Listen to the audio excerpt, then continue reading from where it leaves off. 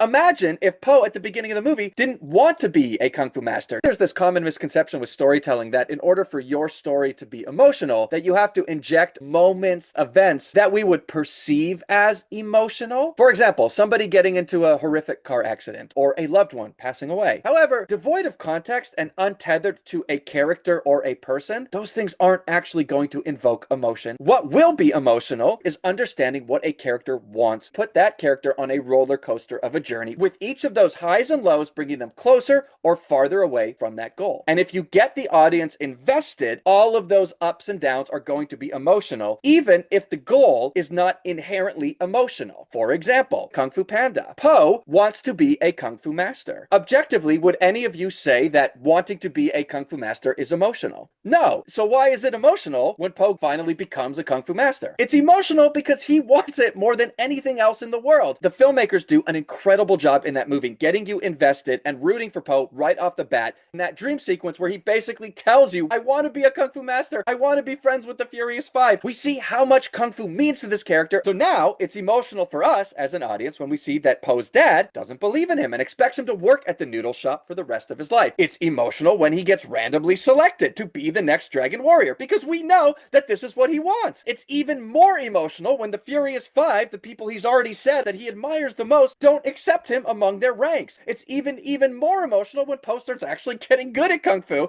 and even more emotional when he defeats the bad guy and is finally accepted by the Furious Five, who now bow to him as the greatest Kung Fu master. Imagine if Po at the beginning of the movie didn't want to be a Kung Fu master. When he gets randomly selected as the next Dragon Warrior, we all go, oh, who cares? He doesn't really want that. We experience stories through characters. If you want your story to be emotional, you have to make it clear to the audience what your character wants, and getting the audience invested and rooting for that character to accomplish that goal.